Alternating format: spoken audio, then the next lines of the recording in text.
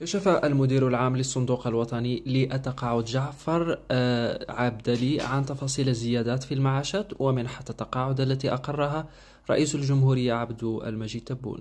خلال استضافته ببرنامج الشروق الأربعاء الماضي، أكد عبدلي أن كل منح المتقاعدين سترتفع إلى 15 ألف دينار جزائري، مشيرا إلى الفرق بين المنحة والمعاش. فالمنحة حسب المسؤول يستفيد منها المتقاعد الذي لم تتجاوز سنوات عمله 15 سنة، وهذه الفئة لم يكن لديها حد أدنى للمنح. في هذا الصدد أوضح ضيف المورنينج أن المتقاعد الذي كان يحصل على منحة تقدر ب3,000 دينار سترتفع منحته إلى 15,000 دينار بداية من جونفيي. أما الحد الأدنى لمعاشات المتقاعدين، فأكد عبدلي أنها سترتفع هي الأخرى إلى 20,000 دينار، موضحا أن المتقاعد الذي سيستفيد من 16,000 سيتقاضى 20,000 دينار بداية من جونفيي.